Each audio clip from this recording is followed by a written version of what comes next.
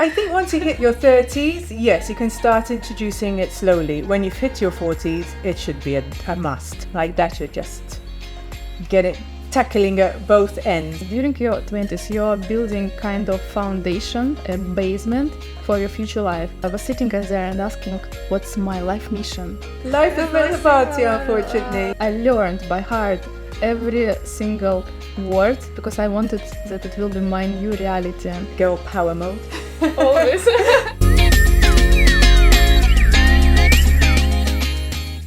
Hi, and welcome to Empowered Beauty. My name is Nicola.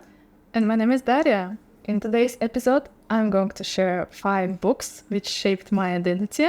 And I'm going to share 5 beauty products that I cannot live without. They are my gold star products that I'd love to share with you.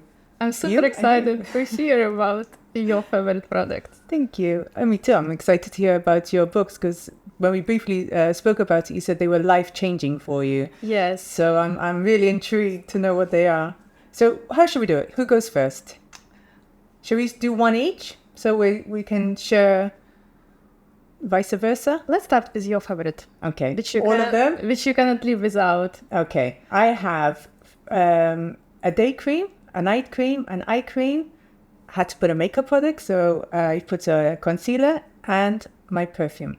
So these are 5 of my favorite. I use them day in, day out. I've been using some of them for years. So they are like my cult favorite. And actually they are trending products as well. So I'm not the only one who thinks that they're so amazing. So the first one I want to start with, let me show you. So I have, it's called Medicate. I don't know. Stylish. It's a cute little package. Yeah. It's cute little package, but it's so potent. It's called Retinate. And it's patented type of retinol. Basically, just to read from my notes, it's even good on sensitive skin, which is one thing I really love. I'm not sure if you know about retinol. I have no idea. Yeah. I will be honest. You need to start explaining everything from the beginning. So retinol is a vitamin A formula. It's basically anti-aging. And they use it for pigmentation. So I should start using it. I think once you hit your 30s, yes, you can start introducing it slowly. When you've hit your 40s, it should be a must. But retinol, the old retinol is different than the new retinol. Now the technology is amazing. The old retinol used to be, could be a little bit tough for the skin to tolerate it. Okay. Because it used to cause irritation, peeling, flaking. So it's like you'd have to go through a bit of trauma to get the results. Now, with the new technology, especially something like this, you don't, you introduce it slowly to your skin. So maybe you start with twice a week, then go up to 3 times a week. So you mentioned it's a cream, right? It's a night. This one, they have a day one. Okay. But to be honest, they have the day one with vitamin C of the same range. But vitamin C doesn't agree with my skin. I don't like the texture of it. I don't like it. Makes me break out. But the night formula, no, it has, let me just double check. It has 5 age-defying technologies. So it has retinate, it's got retinol, ceramides, peptides, and hyaluronic acid. So all the great ingredients that your skin will love and need. Did you speak? I mean, it's a bit costly. Okay. It's not it's like a cream that you really have to say, okay, I'm going to invest in it. But in my opinion, it's worth it. I've seen my skin, first of all, took to it like a duck to water, no irritation. And you do start seeing the benefits. Like when I do it at night, I wake up feeling plumped and refreshed. So it's one of my... Yes, I would highly recommend that you try it. I will take your advice with pleasure. So if I'm going to continue... Yes, please. My day cream is Augustin Bader. So he is... Can I? Yes, of course. Okay. He is a biomedical scientist. Biomedical scientist. Wow. Crazy, eh? But it shows that there's been a lot of research and technology put into this formula. There might be some... Try it. No, try it. I could have just sucked the life out of it. Yes. I'm due... It shows that it's your favorite product. Yes. I've sucked the... I need new ones because I'm so religious with them. But it is one of those creams. I have combination skin. And there is a lighter, this is called the Rich Cream. Okay. And there's a lighter one, a lighter version for combination skin called the Cream. This as well is like trending. It's a cult favorite. I find like if I have any irritation, if I've maybe been doing a lot of makeup, always washing it off, I've put my skin through sort of a bit of hard times. When I put this on, it's like having a massage for my face. My skin just feels like, that's better, And really, you can tell there's been a lot of research. Basically, just to give you a bit of info, basically, he was the cutting-edge stem cell researcher. So there's been a lot of technology put into producing this cream. And it shows because, it's, again, very expensive for what it is. But in my opinion, it's a step above most daily moisturizers. Let's consider it as an investment. Yes, maybe when you're younger, if you're in your 20s and you don't have problematic skin, maybe it's not. But I think if you have dermatitis or your skin is very sensitive, or you're hitting an age where you're finding, like the fine lines and the wrinkles are just creeping up on you, yes, it's worth, because you will see a change once you start using it. So just once again, that one and this one, which is one shall I apply daily? So this is you can do it day and night. It advises you to do it day and night. But in my case, I like to use the retinol at night and then this during the day. Like that, you just get it tackling at both ends, and seeing great results. Amazing. And then I have, for the eye cream, Caudalie. Caudalie is one of those products that you can buy in pharmacies. It's very affordable. It's great because I have, like I was saying, quite sensitive skin. And it's the only thing, I can suffer with a bit of eczema around my eyes, especially when I'm stressed. It's the only thing that actually helps get rid of my eczema. And I don't have any irritations. I don't feel that there's like cream going in my eyes. I don't feel my eyes sore, or it's like sometimes when I used to put certain anti-aging eye cream, I used to find that they sort of like irritated me. And this one is just, again, it's soothing. In fact, I'm just realizing there's a theme with all the products that I've mentioned. They're all like a massaging, soothing treatment for the skin. What else girls want? Exactly. There's certain things you just, life is hectic as it is. You don't need that stress, so you want your products to kind of, when you wash away the day, it just is like a nice treatment and warmth and loving for your skin. How much time do you spend taking care of your skin and doing all this? As I get older, I realize how important it is. Okay. So I do spend quite a bit of time. Quite a bit of time. Maybe 7 minutes in the morning, 7 minutes in the evening. I think once you get your routine down, once you know what products to use, it doesn't have to be so time consuming. I think in the morning I would use maybe 6 products as my skincare routine. Kind of 6-step. A 6-step routine. And then in the evening, a little bit more simpler because the ingredients will be more potent.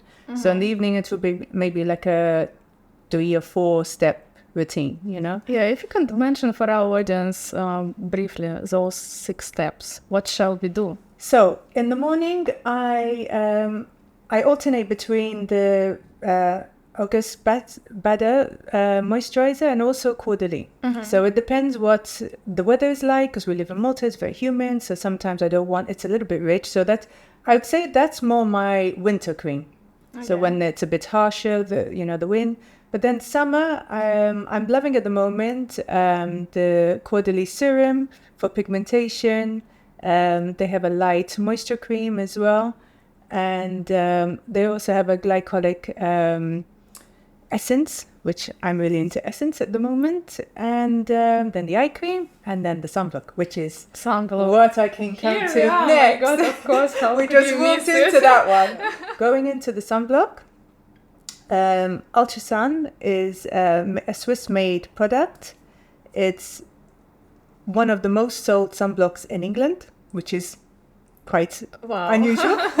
Yes. What I like about this product, it's different than other sunblocks, which I was it was quite interesting to research. So most sunblocks you have to apply every 2 hours, because otherwise they just evaporate, and the potency of say this is SPF 50. My God, I can't believe, sorry for interrupting you, but I can't believe at the age of 32, meeting you and discovering how important it is to apply sunblock.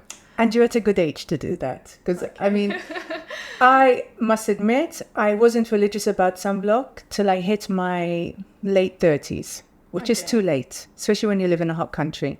And then you get the repercussions. I got pigmentation, and that kind of made me realize, okay, sunblock that's the major prevention. Because once you get pigmentation, it's just trying to maintain it from getting worse. But the prevention is sunblock, hats, cover yourself from the sun, basically.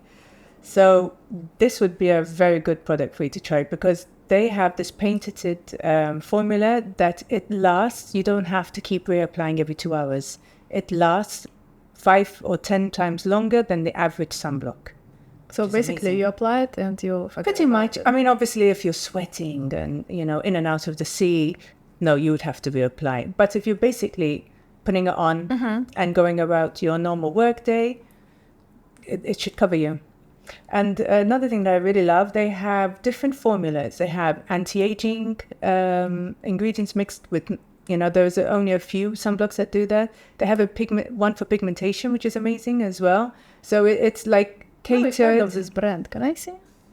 It's catered to lots of different skin types. I have if you have combination to oily skin. And then the last thing I'm going to say about this product is that it's tinted, and it comes in 2 colors. There's ivory, and this one's honey. I see, okay. And most tinted sunblocks are either too orange or too white. So does it mean that you don't need to apply foundation before? You don't have to. It's like I would use my school run. Like if I'm taking the kids to school, but I don't want to look, like a bit too washed out. It just gives a nice, especially in winter, you need to inject some color and warmth into your skin. So it gives a light, even coverage, a bit of a glow as well. It's a really nice formula. Amazing. So those are I'd say 4 amazing. Try them. I recommend them, and I'm sure you won't feel sorry if you do. Then going to makeup, I have the NARS Radiant Concealer.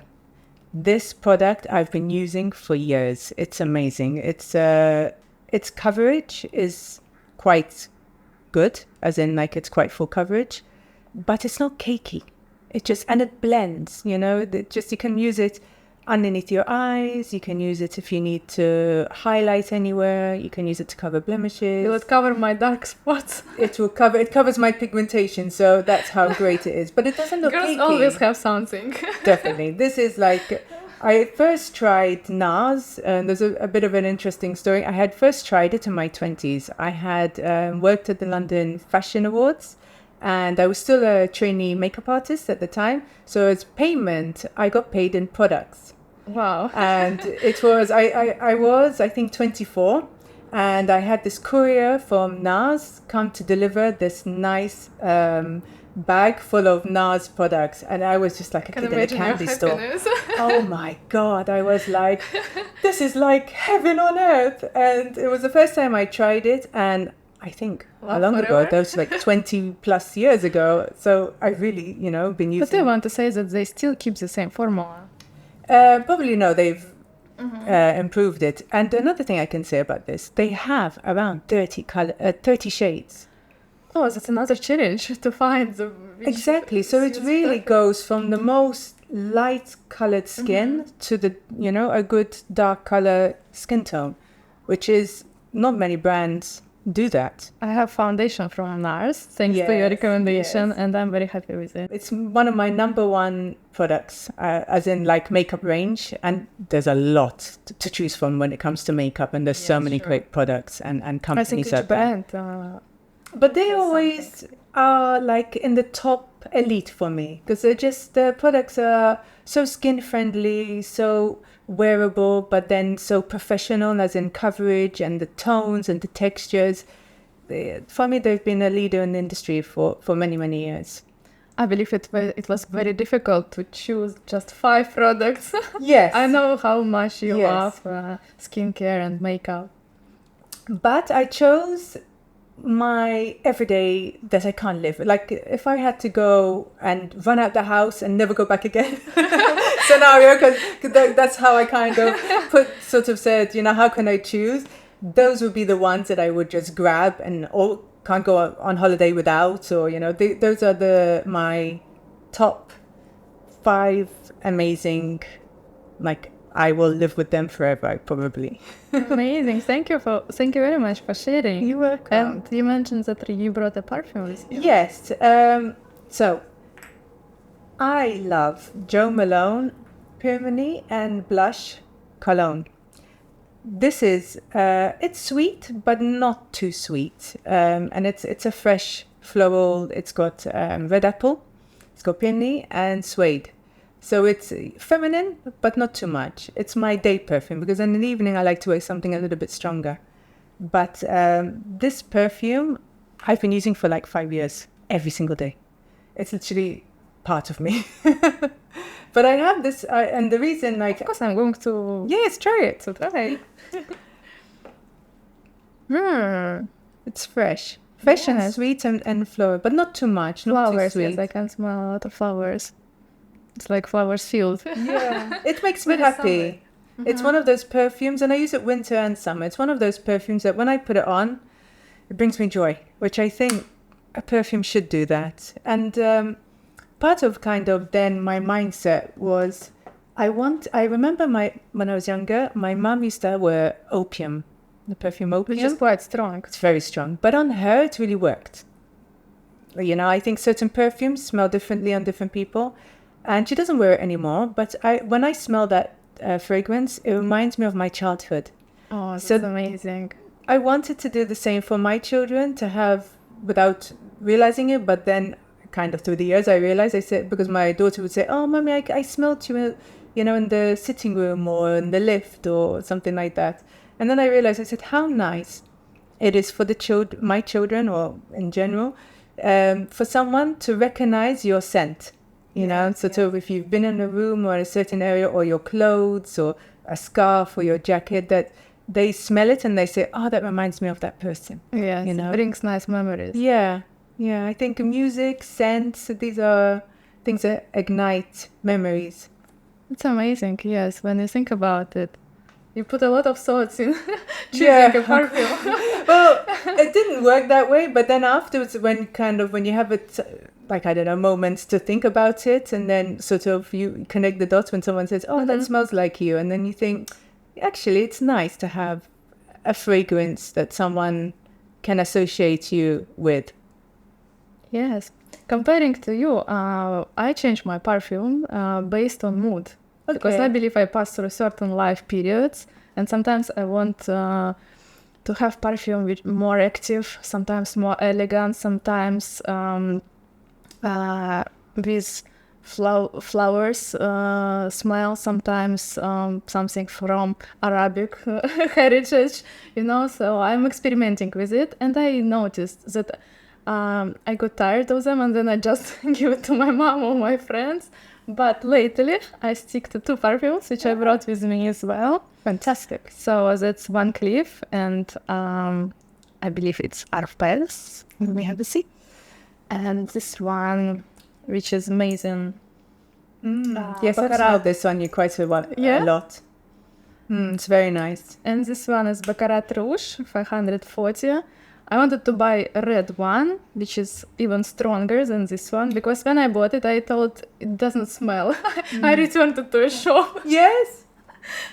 but obviously they didn't accept it back. They told me, Madam, it smells. So I'm sure they must have thought, okay, she bought a perfume, it doesn't smell. I like this as well, but I think I prefer that. This has, I don't know what the undertone is, but But I like A bit doing more manly, I think. both. It's a little bit more manly, more like a cologne. Yes, maybe. Maybe this is when you're feeling like that girl power mode. Always. But I'm applying them both. When I can choose, You alternate why between. why shall I? Well, to be honest, before I discovered this, and my evening ones, I'm a little bit more flexible. But I think, I don't know, I think it's even the state of your mind. Yes. Because I think in your 20s and 30s, you're changing and you're evolving so much that your likes will change. So even fragrance, you could be feeling in a feminine period where you want something nice and floral, or you want something more strong and Yes, sure. powerful, so you go for a stronger scent. You remind me of a story. Once I was in a taxi. It was 18 or 20 years, when we used to go to a club, and I ordered a taxi. And taxi driver asked me, "What is your perfume? Because it smells amazing." And you wouldn't believe he didn't charge me. He was like, Your I was scent? enjoying. Wow! Yes, Good honestly, note it has a power. Wear good perfume, it can open so many doors. Yes, he didn't ask phone number or something like this. He was just, wow, it was It a was pleasure. a pleasure to having have that you. scent in his car. That's really nice. How nice. Yes, yes. And I have it often, by the way. Sometimes taxi drivers ask me, what is your perfume? But you know what? Different scents smell differently on different people. Yes, yes, So sure. obviously the perfumes that you're choosing, they go with your body, And I have this, that you don't smell your perfume. I never smell it. Me And the same. it's a bit scary because you can over drown yourself. Yes, sure. But they say that it's a good sign. It means that it suits you perfectly. I try, like if I know I'm going to go out all day, I would spray it on my wrist, but then I'll also spray it on my clothes as well. So I spray it on my hair. yes, I can, but I'm not sure if it's good because it's got alcohol in it. So I wouldn't spray it. Didn't think about it. Yes, unfortunately, my beauty background tells me, no, don't spray, And also there are another 2 moments when you shouldn't use your perfume. You know which one? When you're working out? Maybe, but another 2 cases. I'm not sure. When you know that you're going horse riding, Because of because the horse. they wouldn't allow you to be with them with a perfume. They don't like it. And second one, when you go for a wine tasting. Ah, yes, makes sense because you can't smell. Once I came for a wine tasting and the person told me, Daria, I can smell your perfume, but I can't smell wine. But they didn't warn you beforehand. No, I didn't know about it, yes. And I attended many wine tasting, and that's the first time when I heard You must it. have been a connoisseur. Someone really. But then I became more cautious, like where I'm going and whether I should apply perfume or not. Although I love it. Makes sense. It's true. I mean, I think generally for animals, they don't really like strong scents because even my dog, when I put the perfume on, she stays sneezing. And Oh, really? yeah. Oh, yeah, by the way, it's another point. Not all men like perfume. Yeah. Some of them are allergic. Yes. Oh. Apparently, yes. No, my husband's worse than me. He'll literally use half a bottle, which is really funny. So, no, in my household, that's fine. The more, the merrier. But yes, I guess it's like anything. Some men don't like makeup, or they say they don't like makeup, but then actually in reality, they like it. But the same, I guess, with perfume. It was a nice conversation. Yes, I hope you learned some new... Yes, I'm definitely going to buy some creams which you recommended. Sunset action I already have. Yes, that You made me. I've put that in your mind. So now I'm intrigued to know about yours. Your 5, I think it's books that you're going to recommend.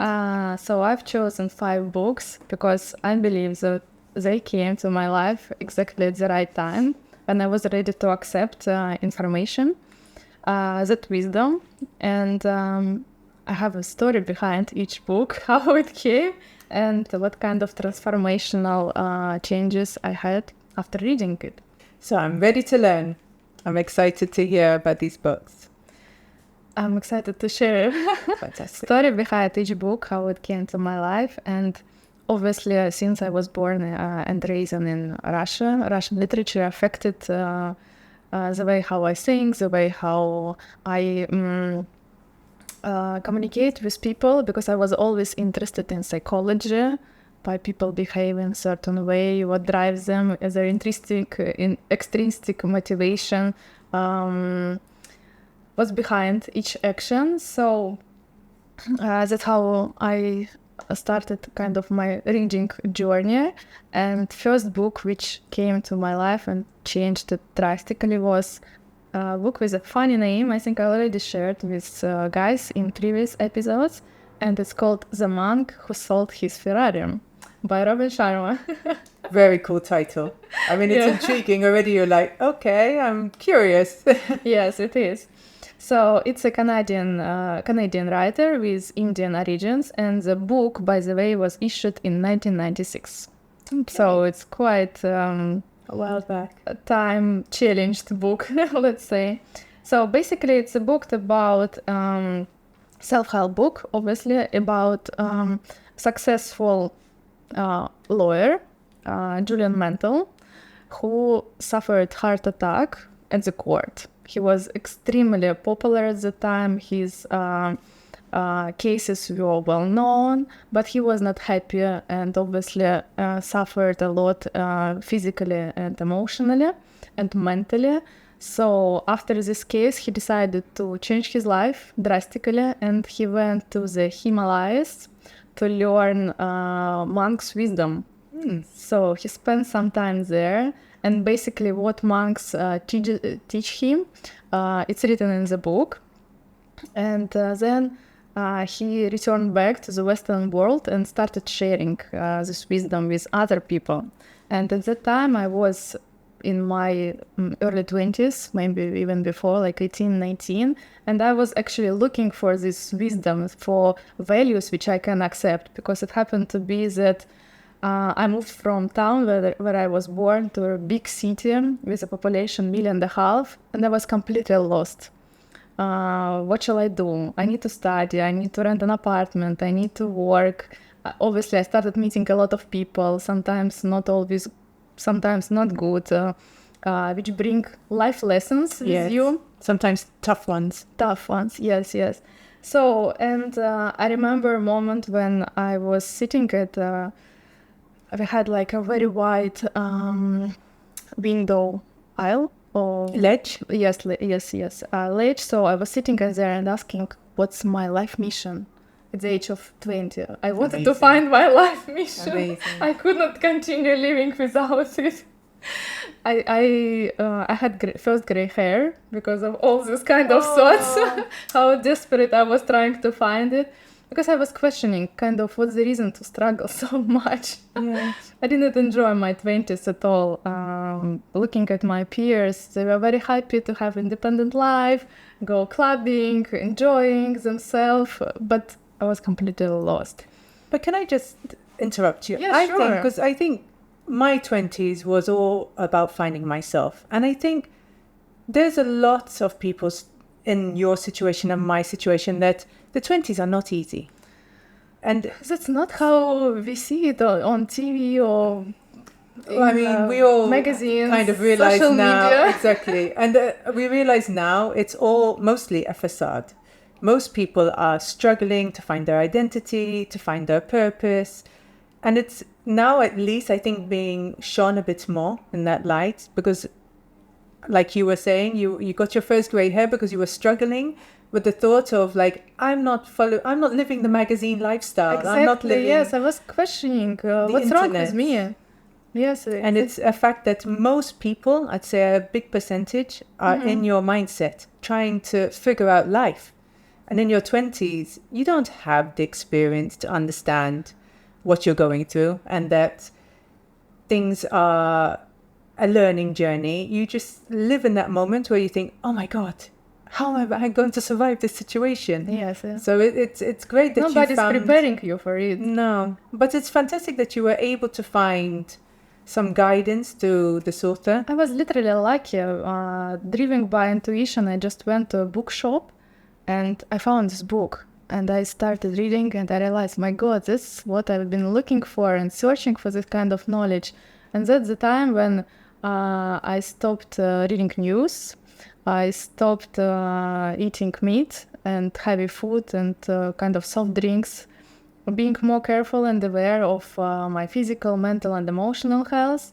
What kind of people I'm accepting in my life. That some people might be toxic and some people might bring big life lessons, sometimes tough, but life lessons. So I started changing the way how I'm seeing things and how what's my place in this world, basically.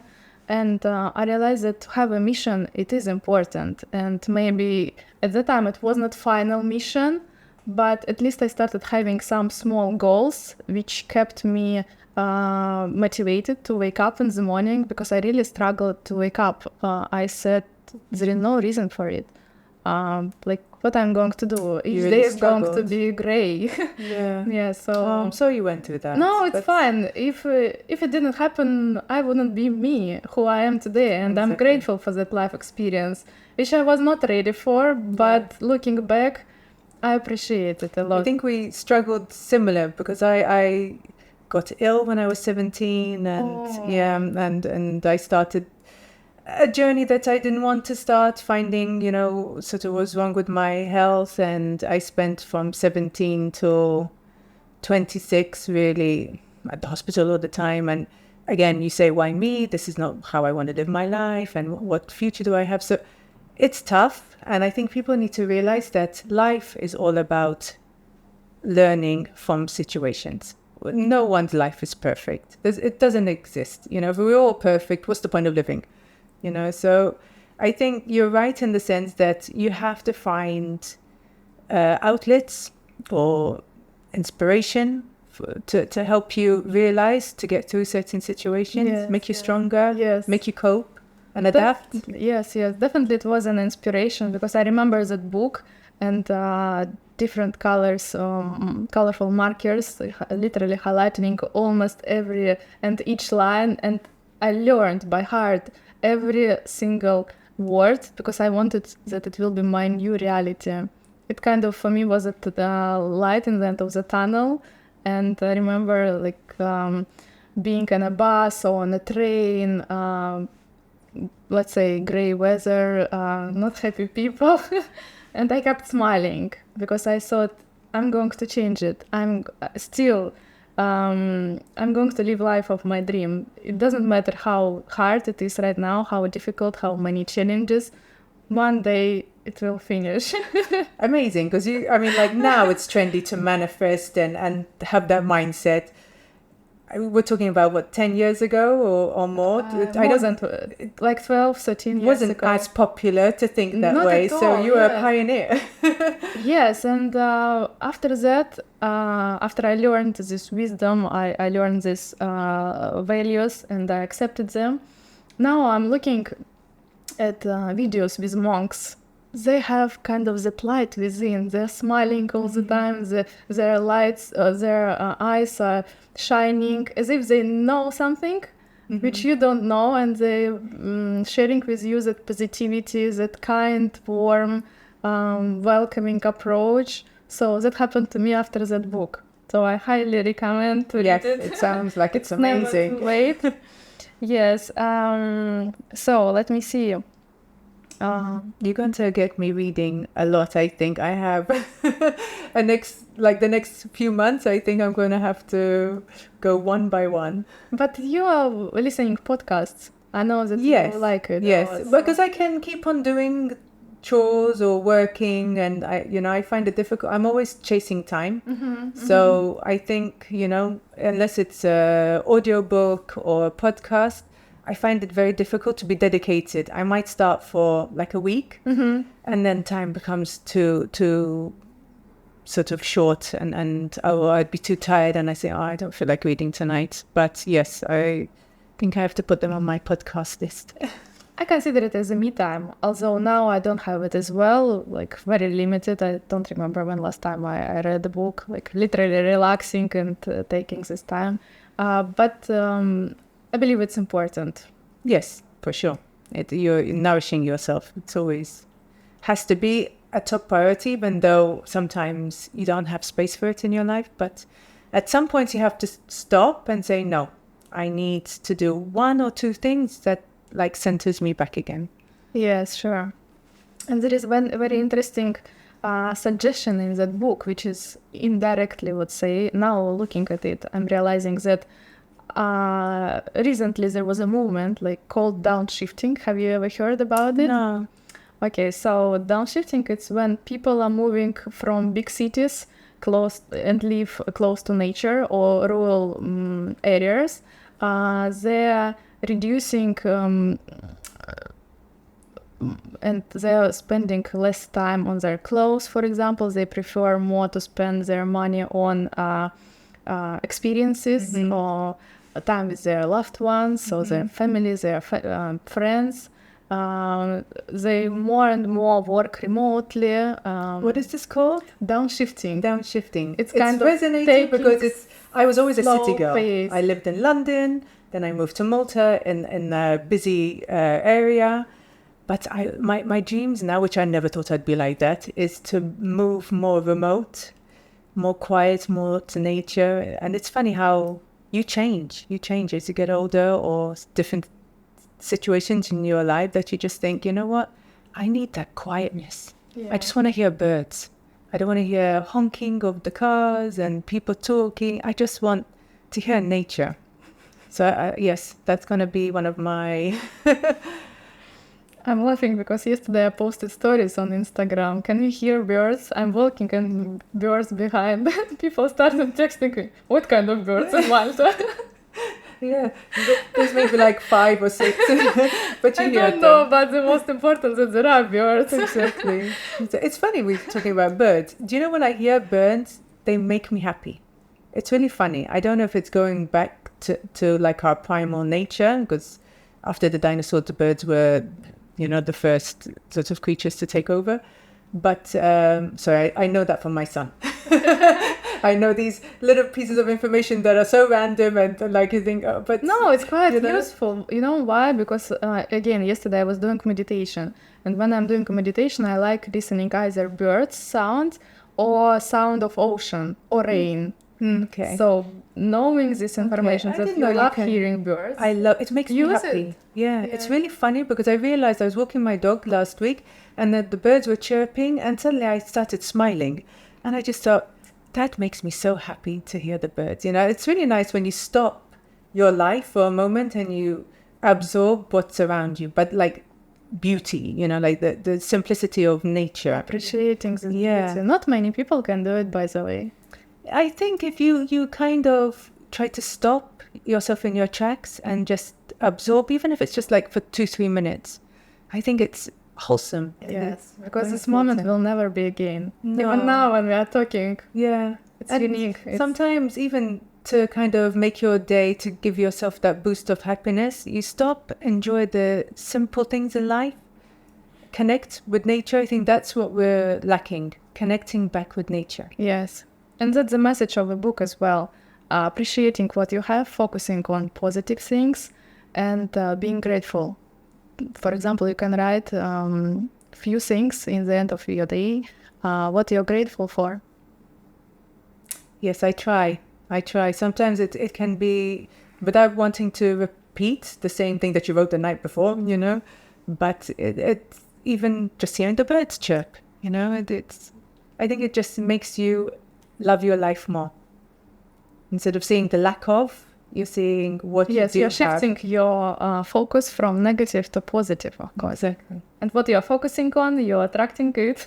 You know, Yes. lucky girl syndrome. Yes, exactly. You're still Exactly. practicing it?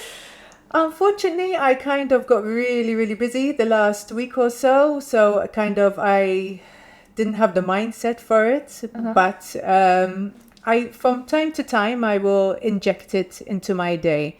But I was at one point like it became a mantra.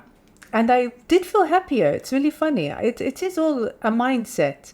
So maybe I've been very stressed out and maybe I should have used it more lately. But I do believe, I think it just makes you more positive. You just think the world is for me, is working with me, instead of, oh, why did that happen to me? Or, you know, seeing the negative things. You just are attracting positive things into your life. So I am still in favor of it.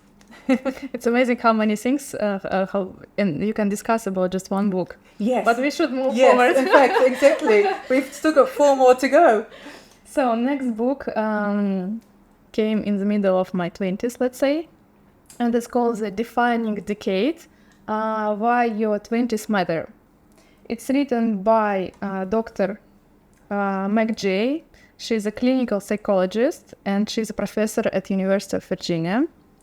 So basically this book is about realizing importance of your 20s, because when you are young, you think all life is in front of you. Yes. You have all the time You in think the you're world. invincible. You think you will live forever. Nothing's going to defeat you or harm you. You forget what you do in your 20s will be a repercussion in your 30s. Yes, that's the main point. You should be aware that during your 20s, you're building kind of foundation, a basement for your future life. When it comes to career, family relationship, your physical health, your emotional health, all these aspects. Can I just interject? Sure, yeah. Unfortunately, you are not told that in your 20s. Not at all. You're not Which ready is- for life. But the Not thing is, prepared. people should really highlight it, or your teachers or your parents. I mean, maybe parents, some do, but they don't put it in a positive way. But funny enough, I tell my children, thank you, you sort of do this, your future self will thank you. You know, and I say it with a lot of things. Like, for example, my son has exams coming up. I say, study now, a few weeks before, because your future self will thank you the night before the exam, and you're cramming, trying to think, oh no, I wish I studied 3-4 weeks ago. So it's very important. I think who's ever watching and who's in their 20s, start thinking what I do now would be a positive influence in my life in the future. So I don't know, if you start saving from your 20s, That's a good point. 30-year-old version of yourself would say, well done, that was a great idea, you know. Simple things like, I don't know, eating healthy, maybe, you know, just not eating junk food every day, eating fruit and vegetables. In 1 year's time, you're going to feel healthier and better. Yes, So- you don't notice how the small steps, what kind of effect it has. Okay, you're the long doing run. one small step every day, but then in the end of the year, The- 365 small steps. Imagine Exactly. how beneficial it is for you. Exactly. I'm happy that you agree with me. The Yes. 20s are very No, I important. mean, I had, like you, a very trying 20s. It was a big life lesson. I had to mature from 17 years old and really realize life is not a We are party. very similar, yes. Life We is are not very a party, similar, unfortunately. It's not. lifelines. Yeah, it's fine. Well, I think that's why we kind of connected on so many levels. But then I loved my 30s. And that's why I keep trying to tell you. You're in your 30s. It's a defining moment that you feel like, in my opinion, I felt like a woman. I finally felt and owned I'm my still not womanhood. 100% there. I'm feeling like I'm a girl. Which is good as well. But as in like responsible, confident, you know, I think in your 30s, you kind of say, this is who I am. And I've kind of defined my personality, like it or lump it, basically, which is, you know, it's empowering. It's good to kind of know who you are at that age. And also putting foundations for the future. Because your 30s, I mean, as you know, your 20s flow, your 30s will fly, and then suddenly you hit 40 and you're like, okay. What shall we do? You know, exactly. I'm actually middle-aged now, and that's kind of a hard thing to swallow. But once you do, you kind of say, you know, every day counts to achieving what goals you have and living the life that you want to live. Yes, it's a good question to ask yourself what kind of life you want. Yeah, and make the And changes make kind of accordingly. plan Yeah. how you can get Nothing this. is set in stone, and that's one thing that I think people need to realize. You can change your life at any age. It's the mind that you have to change, your mindset. Which I think once you realize that, you realize how much power you have over yourself. Yes, definitely. So returning back to that book, it came again on time at a moment when I kind of had to make a decision which direction shall I choose. Either I stay in my country and I continue pursuing career in a bank where I used to work and continue my long-term relationship, taking a mortgage, etc., or doing something completely different. And when I looked at one direction, I said, oh, it's quite predictable. Do I really want it? And me wouldn't be me if I've chosen that. I said, no, I go somewhere where I have no clue what's going to happen. I will give it a try. So you were a free bird. You flew your cage. Yes. And at that time, I asked, what do I want? And I wanted to study English and to be a student again and to be in the mood of traveling. And that's what I did. I bought a ticket to Malta for 10 weeks, to study Very courageous. English and just live a life of my dream without having an idea what's going to happen next. I kind of had one-way ticket. But I think it must have been something really deep inside of you to give you that courage to say, this is what I need. So guys, if you're still in your 20s or even if you're in your early 30s, it's still relevant to read this book, because I believe it gives you better understanding that every day you're making a life choice every day. Every day is very important. And you're thinking about decades, but life is happening today and now. Very interesting and very good advice. So what's your third book? My third book is The Alchemist by Paulo Coelho. I really love it. It's so beautiful story of pursuing your dreams, wanting more, not sacrificing your wishes and desires. And it's a beautiful story of love. And it has a lot of quotes which you literally can take and use on everyday basis. So sometimes I like to read this book again and again, and I bought many of them, and every time I'm giving it as a present. I believe that it's a very philosophical metaphor of life, that there is a treasure somewhere, and you need to be brave and courageous enough just to go for it, accepting everything what's coming to your life, and sometimes being able to leave some things behind, even your love. Very deep. And if it's a part of your journey, a part of your destiny, one day it will be back. Okay. Very, very insightful. And I think it's hard. Is it difficult to accept after you read it? So certain things that is in the book, as in like you just mentioned, sometimes to move forward, you have to let go of your deepest desires or love, because that's quite a big challenge, I think. It is a challenge. Life is a challenge in general. But some challenges are more monumentous than others. But I guess it works. To change. In the end, you will find your treasure. Yeah, I think sometimes to have big changes, you have to do bigger sacrifices. And that's the bigger the challenge, the bigger the gain, they say as well. Yes, I definitely agree with you. So talking about challenges, my next book, which is called, again, fancy name, it's called Hell Week. Yeah, this one is hilarious. That's what I just had last week, Hell Week. So 7 Days to Be Yourself, written by Norwegian writer Erik Bertrand Larsen.